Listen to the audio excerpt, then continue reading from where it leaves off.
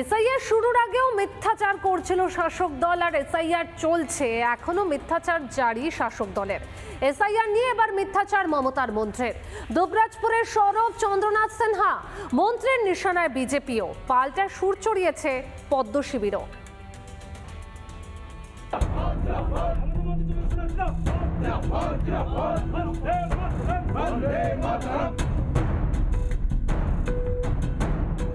রাজ্যে রমরমিয়ে চলছে এসআইআর প্রক্রিয়া, সেই সঙ্গেই সমান তালে চলছে শাসকের মিথ্যাচার।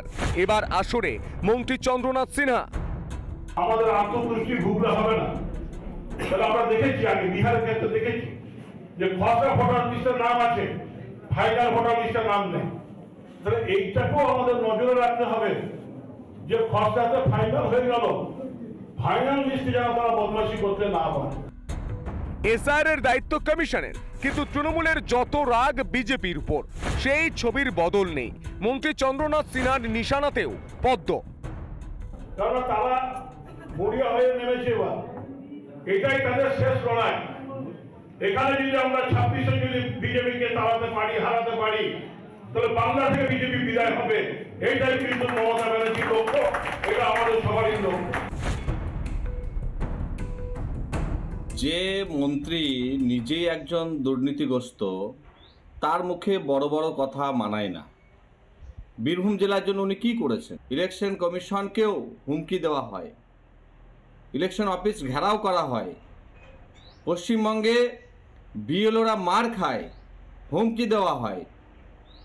তারপরেও তারা কোন মুখে বলে যে আগামী দিনে তারা ক্ষমতায় থাকবে? এসআইআর হলে ভোটারটা হবে ভুয়ো ভোটার, এটা যেন সইতে পারছে না শাসক দল। বিভ্রান্তি ছড়ানোর চেষ্টায় তাই ছেদ পড়ছে না, লাগাতার মিথ্যাচার জারি তৃণমূলের। রিপাবলিক বাংলা।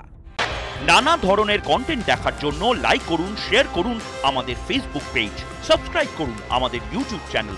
পাশাপাশি অন্যান্য ব্রেকিং নিউজের জন্য অবশ্যই চোখ রাখুন রিপাবলিক বাংলায়।